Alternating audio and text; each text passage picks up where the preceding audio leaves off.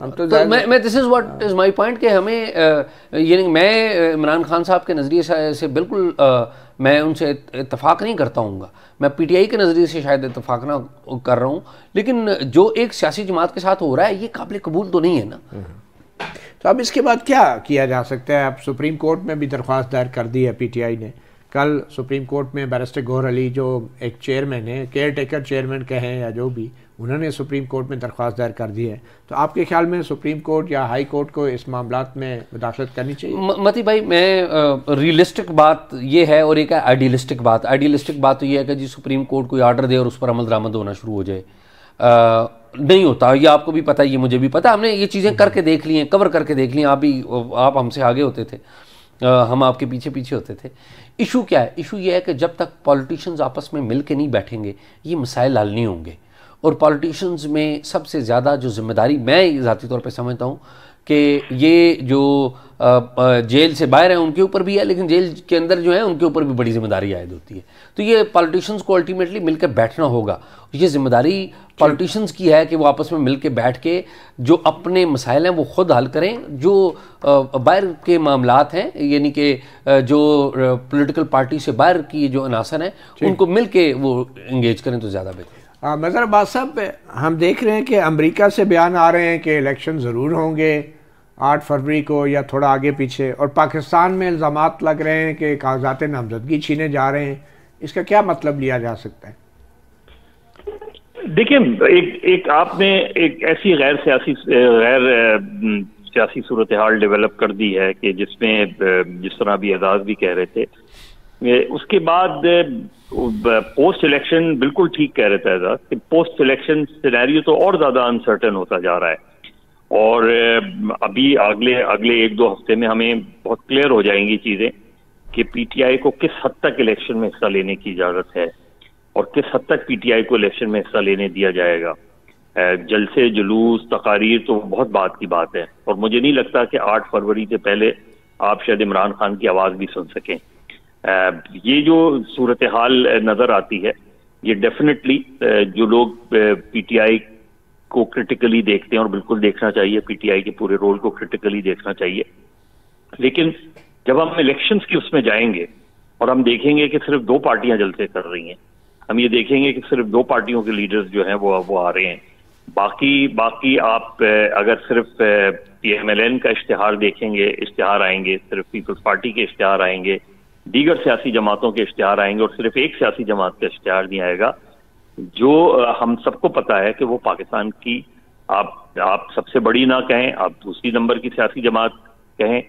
آپ تیسرے نمبر کی سیاسی جماعت کہہ لیں، لیکن یہی 3 سیاسی جماعتیں ہیں بڑی، تو اگر ان میں سے ایک پارٹی کو یہ اجازت نہیں ہوگی کہ وہ اپنے لیڈر کے بارے میں یہ باتیں کر سکیں، یا ان کے جلسے جلوس کو ان کو فری ہینڈ ملے، یا وہ ان کے کینڈیڈیٹس کو کڈنیپ نہ کیا جائے، اور دوسرے یہ جو بات آئی تھی کہ جی ایبسکانڈرز جو ہوں گے وہ بھی ڈسکوالیفائی ہو سکتے ہیں۔ دیکھیے، ایبسکانڈر ہونا اور ان ایبسینشیا سزا ملنا وہ 2 مختلف چیزیں۔ اگر کوئی ایبسکانڈر ہے لیکن وہ کنوکٹ نہیں ہے، تو ابھی تو ہمیں نظر یہی آ رہا ہے کہ پی ٹی آئی کے لیے الیکشن میں بہت مشکلات ہیں، اور پی ٹی آئی کے کینڈیڈیٹس کے لیے، کیونکہ ایک کینڈیڈیٹ کو کئی 100 پولنگ ایجنٹس چاہیے ہوتے ہیں، وہ پولنگ ایجنٹس کیسے وہ جمع کیے جائیں گے جہاں جمع بولنی، تو یہ ساری چیزیں ہمیں اگلے چند دنوں میں اور 1-2 ہفتے میں بالکل کلیئر ہو جائیں گی کہ پی ٹی آئی کو کتنا اسپیس ملے گا۔ تو آپ کو لگتا ہے کہ جو حالات چل رہے ہیں ان کو تو دیکھتے ہوئے لگتا ہے کہ الیکشن ضرور ہوں گے، پھر ان کو ڈیلے کرنے کا تو پھر کسی کو کوئی فائدہ نہیں؟ ہاں بالکل یہی ہو رہا ہے، لیکن اس کا اب اگر وہاں آرمی چیف امریکہ میں بزنس مین کو یہ کانفیڈنس دے کے آ رہے ہیں، اور آپ کو پتا ہے کہ اوورسیز پاکستانیوں میں پی ٹی آئی کافی مقبول ہے، تو اگر پی ٹی آئی کو آپ نے بالکل اسپیس نہیں دیا، پی ٹی آئی اس پورے الیکشن پروسیس سے آؤٹ رہی، تو وہ بزنس مین کانفیڈنس تو نہیں ریسٹور ہو پائے گا، وہ تو پھر یہی بات آئے گی کہ جی آپ نے انہی پارٹیوں کو جو آپ نے ایک لیول پلینگ فیلڈ تھی وہ نہیں ملی، تو کیا وہ یہ بھی بڑا سوال ہے کہ اگر پی ٹی آئی بالکل ہی ریس سے آؤٹ کر دی جاتی ہے تو کیا وہ کانفیڈنس جو آپ دے کر آئے ہیں وہ کانفیڈنس برقرار رہے گا نہیں رہے گا؟ کیونکہ مجھے تو لگتا ہے کہ وہ کانفیڈنس شیکن ہوگا پھر۔ ٹھیک ہے، اعزاز سید صاحب۔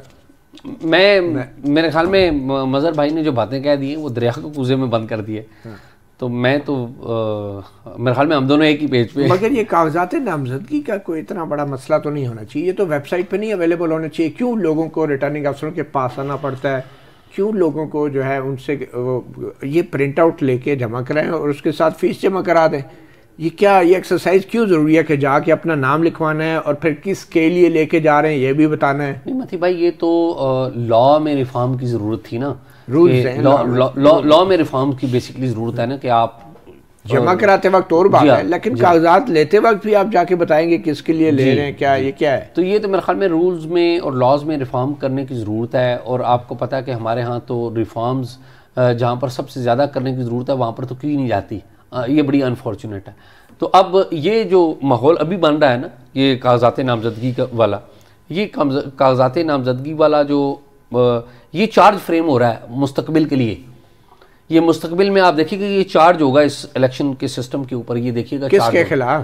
چارج ہوگا. 2018 کا کس کے خلاف تھا؟ جس کے خلاف 2018 کا تھا اسی کے خلاف 2018 کس کے خلاف تھا؟ اسٹیبلشمنٹ کے خلاف تھا اس وقت. ایک چھوٹی سی بریک لیتے ہیں. Welcome back. صحافی پروگرام میں پاکستان کے دارالخلافہ اسلام آباد میں بلوچستان سے تعلق رکھنے والے پاکستانیوں کی بڑی تعداد احتجاج کے لیے پرامن احتجاج کے لیے اسلام آباد میں داخل ہوتے ہوئے حکومت اور انتظامیہ کے تشدد کا شکار ہوئی. پولیس نے انتہائی سخت اقدامات اٹھائے, لاٹھی چارج کیا, آنسو گیس کا استعمال کیا اور بڑی تعداد میں مردوں اور خواتین جو بلوچستان سے آئے تھے ان کو جیلوں میں ڈالا.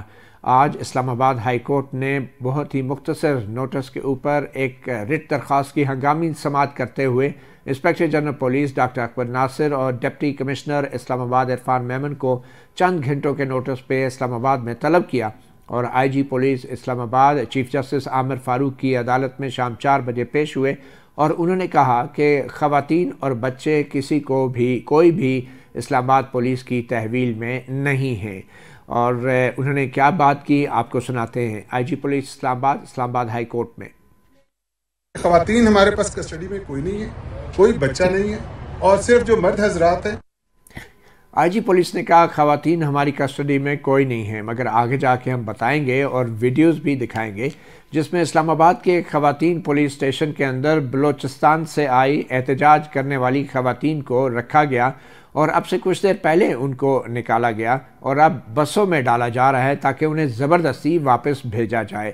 مگر شاید یہ غلط بیانی کرنے والے آئی جی پولیس علیحدہ صرف واحد نہیں تھے. حکومت کے نمائندے وزیر اطلاعات و نشریات مرتضیٰ سولنگی نے بھی چند دوسرے وزراء کے ساتھ مل کر جو ہے ایک پریس کانفرنس کی, مگر ان کے ساتھ بیٹھے فواد حسن فواد جو کہ ایک نگران وزیر ہیں برائے نجکاری, جو اس کمیٹی کے ممبر تھے جنہوں نے احتجاج کرنے والے ان بلوچ پاکستانیوں سے مذاکرات کیے. فواد حسن فواد نے خواتین کے حوالے سے کیا دعویٰ کیا تھا وہ بھی آپ کو سناتے ہیں. وزیر اعظم کی ہدایت پہ یہ فیصلہ ہوا کہ تمام عورتوں اور بچوں کو بغیر کسی استثناء کے فوری طور پہ رہا کر دیا گیا. مگر اس وقت رات کے اندھیرے میں ہم دیکھ رہے ہیں کہ G6 اسلام آباد کے ایک سیکٹر میں خواتین کے پولیس اسٹیشن میں بڑی تعداد میں بلوچ خواتین کو ابھی اس وقت تھانے سے نکالا جا رہا ہے اور ان کو آزادی نہیں بلکہ ان کو ان خصوصی بسوں میں ٹھوسا جا رہا ہے جن بسوں کے ڈرائیوروں کو یہ حکم ہے کہ ان کو لے کر سیدھا کوئٹہ جانا ہے. سوال یہ پیدا ہوتا ہے کیا یہ پاکستانی نہیں, کیا ان کو اسلام آباد آنے کے لیے کسی ویزے کی ضرورت ہے؟ آخر کیوں حکومتی وزراء کے بیانات اور اسلام آباد پولیس کے سربراہ کے بیانات میں وہ حقائق نظر نہیں آ رہے جو اس وقت آپ دیکھ رہے ہیں اسلام آباد کے خواتین کے ایک تھانے میں جو صورتحال ہے؟ کیا اسلام آباد ہائی کورٹ سے بھی جھوٹ بولا گیا؟ اور پھر پریس کانفرنس میں آئی جی اسلام آباد نے میڈیا سے بھی غلط بیانی سے کام لیا. اس حوالے سے آپ کو ہم ایک آڈیو کلپ بھی سناتے ہیں جو اس بس ڈرائیور کا ہے جو بسیں خصوصی طور پہ اسلام آباد کے تھانے کے باہر لا کے کھڑی کی گئی اور اب ان بسوں میں کچھ دیر پہلے ہی بلوچ خواتین کو ڈال کے واپس کوئٹہ کی طرف زبردستی ان کی مرضی کے بغیر بھیجا جا رہا ہے. سنتے ہیں یہ ڈرائیور کیا کہہ رہے ہیں.